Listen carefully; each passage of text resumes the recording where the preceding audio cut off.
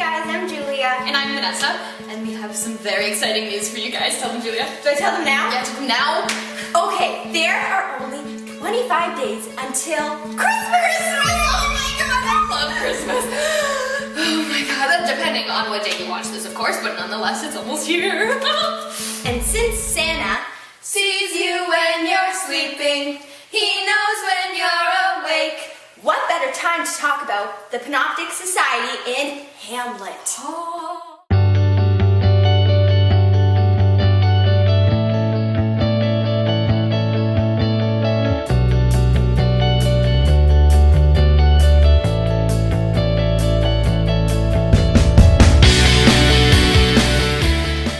People these days don't account for the significance of the Panoptic Society in Hamlet.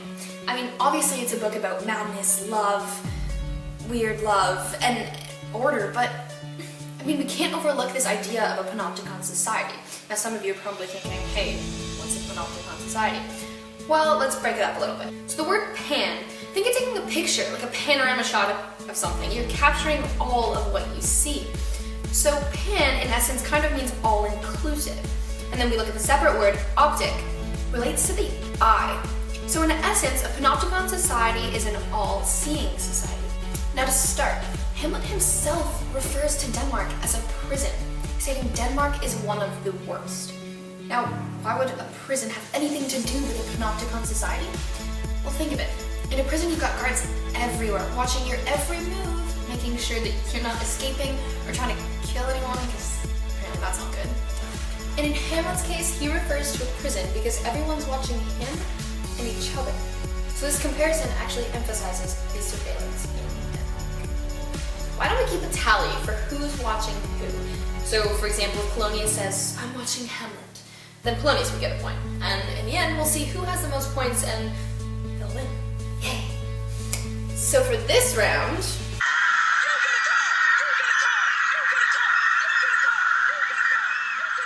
Except in this case, they just get points, not cars. But that would be nice. So honor is a very important thing in Hamlet because everybody is watching you. You have to make sure that you have a good reputation.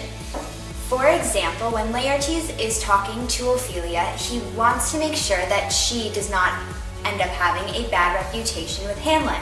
Because of course Hamlet is of noble class, he has to fulfill the noble duties, and that may not be with dating Ophelia. Polonius suggests that Hamlet does not love Ophelia and says to her, weigh what loss her honor may sustain. So in other words, this means that he doesn't want Ophelia to have a bad reputation. So why is reputation so important? Because everyone is watching. Weird, right? So that's 1 point for society. So you want to know what else is weird? Because let me tell you, there's a lot of weird things that happen in Hamlet.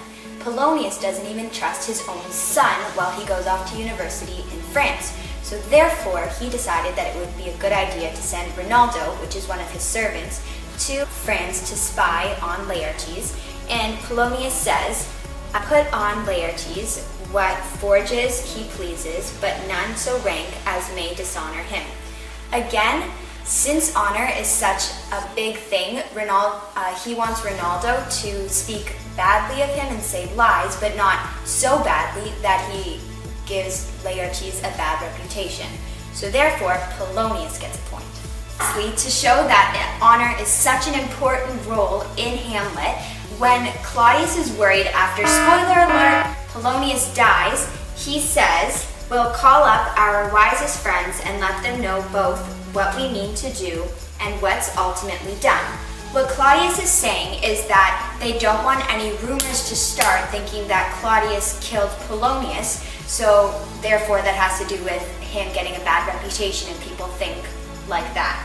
So therefore, society gets a point. I'm sure you're all aware of the innocent yet annoying Polonius, am I right? Well, he might not be as innocent as you think. He watches people. Like a lot of people. Ugh. So weird. But think about it. When talking to Ophelia, Polonius says, "'Tis told me he hath very oft of late given private time to you. If it be so, as so 'tis put on me." He's pretty much just saying that people have been telling him about Ophelia. So in essence, people are watching Ophelia and reporting back to Polonius, which kind of brings it all back to the Panopticon Society, because everybody is watching everyone. Society gets a point. As Julia mentioned before, Polonius sends his servant Reynaldo to spy on his son Laertes in France. In doing so, he tells Reynaldo to do marvelous wisely before he visits him to make inquiry of his behavior. So basically, watch my son. How creepy is that? As if that wasn't enough information, Polonius actually tells Reynaldo how to spy on Laertes. He tells Reynaldo to lie about his son to see if people will agree or disagree with him, because Polonius states that by indirections find directions out. On the bright side, you get a point for being creepy, Polonius. Another significant part of the play that really emphasizes the idea of Panopticon Society and Hamlet is when Polonius reads out loud in front of the king and queen the private love letter that Hamlet sent Ophelia. Now, since they're in a Panopticon Society, this letter was not staying in that envelope, and everybody has to find out, because everybody has to know everything about everyone, as confusing as that may sound. But, hey Polonius, you get another point for being an awful dad. Just when you thought we were done talking about Polonius, you were very wrong. We're telling you, the guy does a lot of watching in this play. So much watching that he knows that Hamlet sometimes walks 4 hours in the lobby. How else would he know this if he didn't watch Hamlet every day? There you go, Polonius, another point for you. Now, not only does Polonius like to watch everybody, he also likes to hide behind curtains. Firstly, after coming up with a plan to make Ophelia talk to Hamlet to prove Polonius' point that Hamlet has gone mad because of his love for Ophelia, he suggests to Claudius that they hide behind and erase, then make the encounter.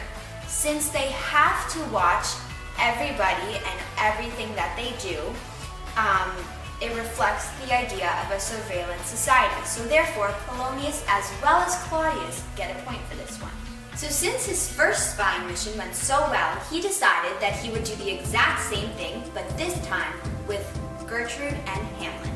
He states he will be placed in the ear of all their conferences. Once again, he's hiding behind the curtains and listening to a conversation that he's not supposed to be a part of. So that's another point for you, Polonius. Less about Polonius now, more about the queen and king, because trust me, they do their fair share of watching too.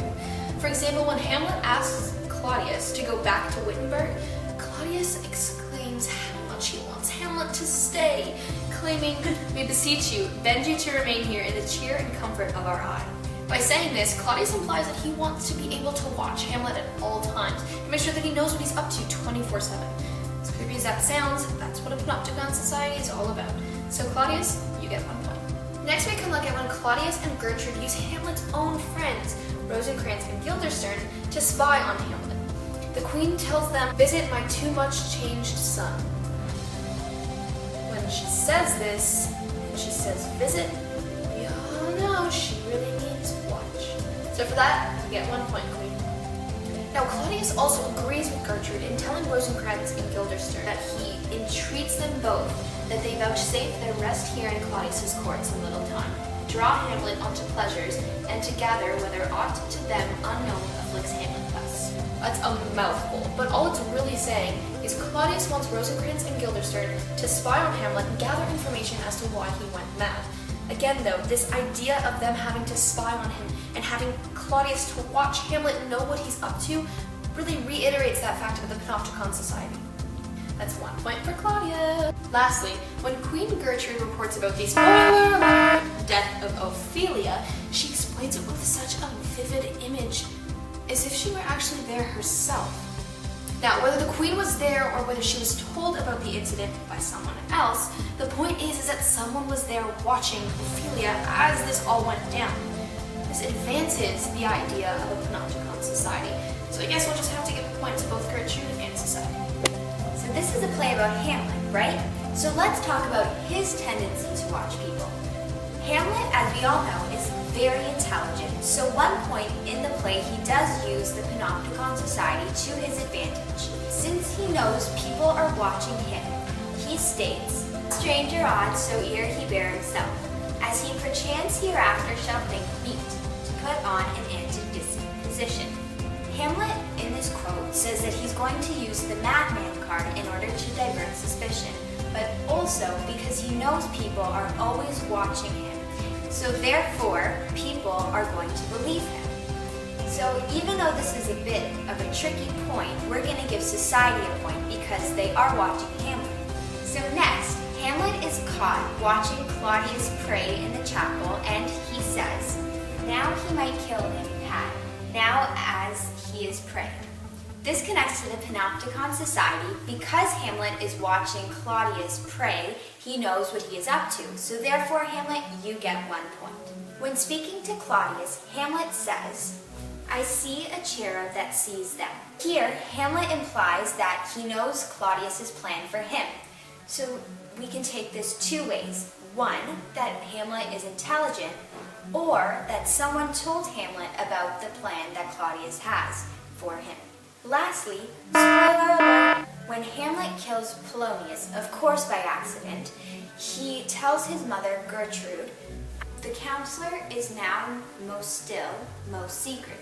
However, even though Hamlet tells Gertrude not to say anything, in the next scene, she tells her beloved Claudius what has happened. So technically, that's a point for Gertrude. The characters in Hamlet that speak a little less, like the ghost, the gravediggers, and Ophelia, actually contribute a lot to this idea of Panoptic Society. For instance, remember that scene where Gertrude and Hamlet are having a lovely conversation, and Polonius is doing what he does best and hides behind curtains? Yeah, that scene.